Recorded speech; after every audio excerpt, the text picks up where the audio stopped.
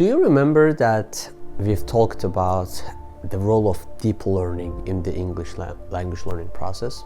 Today I will give you a great strategy how you can practice this deep learning process. So pick an audio that's, let's say, 10 minutes long. This is going to be your main audio for the week. First of all, listen it to a few times and repeat this process every day for the next week.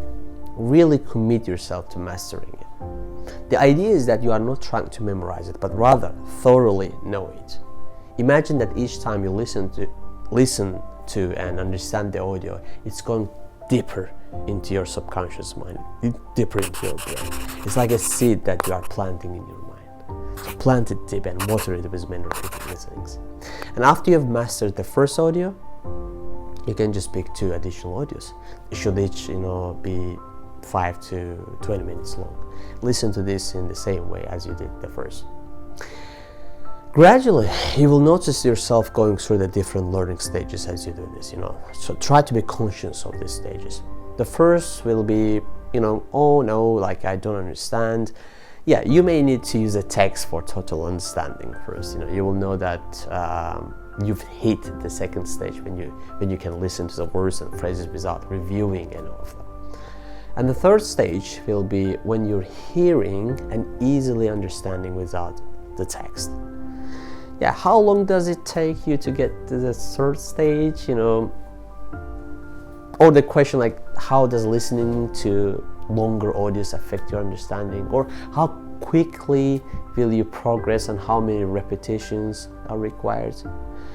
Much of this will depend on your state of mind during repetition. Like, are you relaxed or energized? Because I remember that when I taught action vocabulary in my lessons, students can often master new words and phrases in just a few minutes because they are moving, they're excited.